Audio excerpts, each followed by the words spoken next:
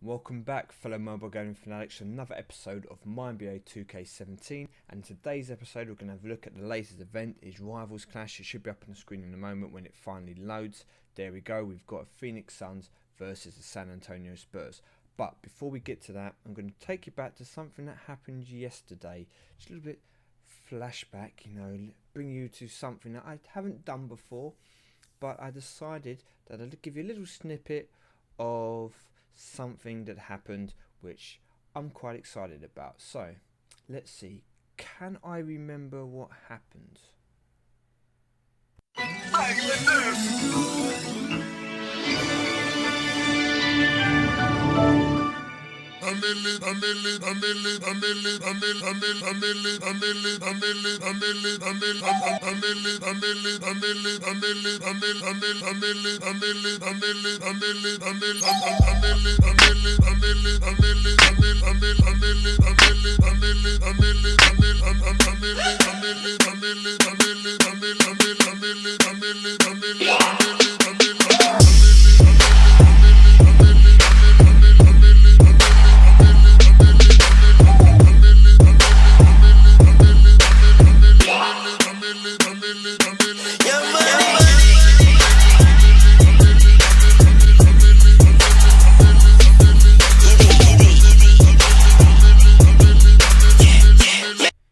Come to think of it, I don't think it was anything that major actually. Yeah, I think maybe another pro or something.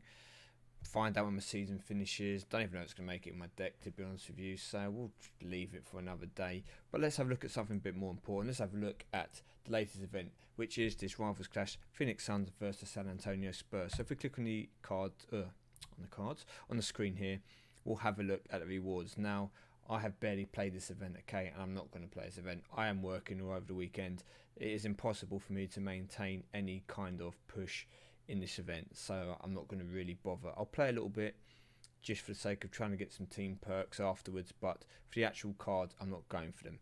There is a big change to this RC, okay? Now, whether this was intentional or whether Cat Daddy have decided that they have learnt kind of the errors of their way or whatever, I don't know. But what I do know is that we now have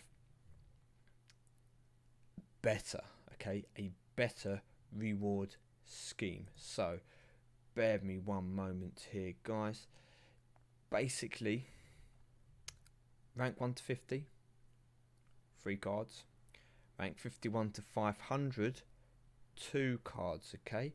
So if you get in the top 500 now, you can pro out these special event cards from the Rivals Clash with a star contract. If you get in the top 1 to 50, you can do them with a veteran contract. That's a massive difference to the last Rivals Clash we had.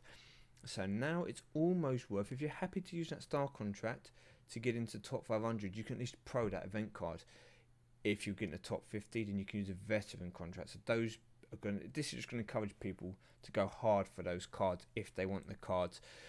Outside of the top 500 though, no event card. So you do get the duplicate for the legendary cards, and the same goes down. You can get singles for unfold. So if you get in the top 4,000, you will get a legendary card now. If we just have a look through the cards very quickly, you've got Tom Chambers here, and you've got George Gervin. Coming down to Bledsoe and Aldridge, and then we come down further, you've got Adams and Johnson. Now, in terms of rewards, I actually went for the Suns. I kind of assumed a lot of people go for the Spurs, and guess what, they have gone for the Spurs. Whether it's because they're going for the event cards, whether it's because they're going for the LaMarcus Aldridge as the sub card, I don't know. You can let me know what it is you're going for. I won't be able to get these event cards. I'm not actually too worried about event cards under legendary tier, mainly because they will last for a while. But I think I want to try and get myself into a position where I can do better in future events when star and playoff cards come out, and those event cards will then be there until the end of the game kind of thing, whereas these legendary cards will be here at the beginning, and they'll have some life through the mid game, but towards the end game you won't be using them anymore. So I don't really want to put all my resources into getting cards that aren't going to have a huge amount of impact for me in the future. but I would like to try and get one along the way if possible. So myself, I'm not going to really go for anything here. Let me know what you guys are going to go for. A couple of other things have happened since though. We had the Halloween cards. We've had them revealed, so we will come and have a look under my epics. As we scroll down, I ended up with one Steph Curry. I got these two Chris Pauls, which I would have loved to have been able to pro. I got one Dwayne Wade, and the last two picks that I got in my last two packs from the Sonics, to Kevin Durant's when he was at the Sonics. I'd love to have been able to get a third of any of those to be able to pro them. Fortunately, guess what? No pros. No pros. So these cards are basically going to be nothing for me. I'm going to probably keep one of each, and then the others I'll probably feed away. Unless for some reason you can get these cards at a later date. I can't see me holding on to them all for a long time. Same thing goes with the Ultra, and I did pro one of the Ultra Rares, and I did pro this Andre Drummond, okay, and I have trained him up. I'll get a bit of use out of it now, just because I've got so many of him. I've got another single of him, which will be thrown away, and I've also got these Giannis and Kristaps. As you can see, these guys are what you would call some of the younger crop of talented players at the moment. And if we come to the epics, we have got some current, should we say, superstars during their younger days.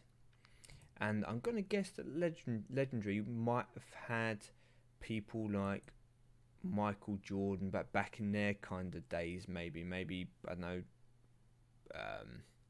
Shaquille O'Neal, people like that back in their days. That's what I'm going to guess the legendary cards were. If you manage to get a legendary card, please let me know. But it looks like Ultra Rare were going to be the current crop of young upcoming stars. The epics are the current stars back in their younger days, and you've then got the legendary cards being the kind of Hall of Famers, veterans and stuff back in their young days. That's what I imagine it would be. It'd be great if someone could let me know, because obviously me, yeah, I didn't get no legendary cards. Bit of good news though, I did email support. Some of you did actually point this out in my last video. I kind of noticed it, clocked it. Because of the video I didn't really pay much attention to it. I only got one reward when I should have got two rewards for my last season result. And as a result, I've been given, I think I got Brendan Haywood as my actual result. And then out of nowhere, I've picked up this Avery Johnson card. So this can only be from support to give to me, because I obviously missed out on that thing. So they actually got back to me really quickly. This is in about 24 hours. I've just been given an epic card. So I'm imagining this is that to cover it. I haven't actually checked my emails to see. But considering the amount of time that they took to reply to me about some of my other things, I was really surprised to get this back so quickly. So kudos to them on this occasion, but generally the support is pretty bad. So I've got this Avery Johnson. If I finish in the epic ranks, it'll be another card towards that potential to pro him in the future. I'm not really going to try too hard to get it. But one thing I did notice, and I'm going to show you guys now, you can't compare exactly, because obviously these are foil cards, and I have to come down to Ultra Rare to show you this for the time being.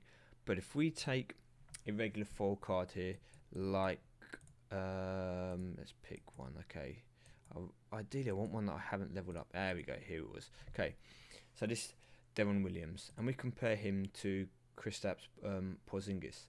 Now the fact that he is above him means that he's probably going to be slightly better off in stats wise.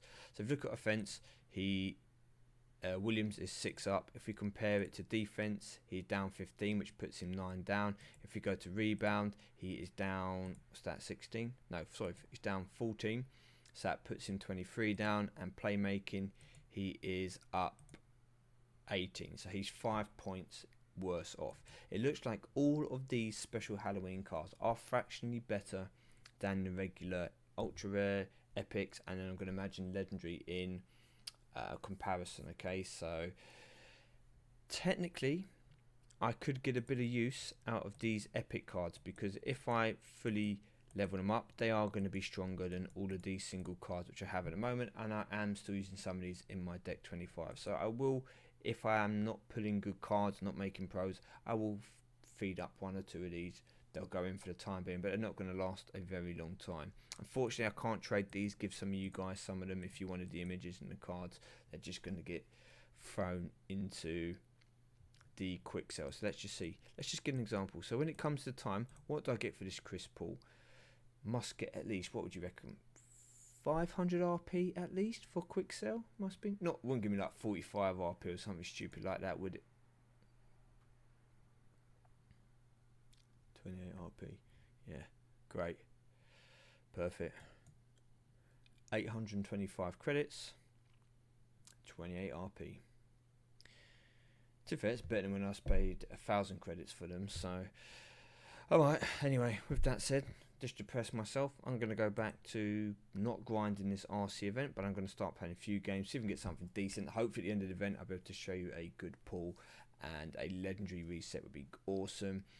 Yeah, with that, wait for this current season to finish. I'm getting beaten up quite a bit in it, so I'm not too sure if I'm just going to try and qualify, maybe get that one epic card to come out, and then see if I've got any like random cards lying around that I need to pro. So with that said, thank you for watching, people. I've been MyTyme. Take care, and I'll see you all very soon.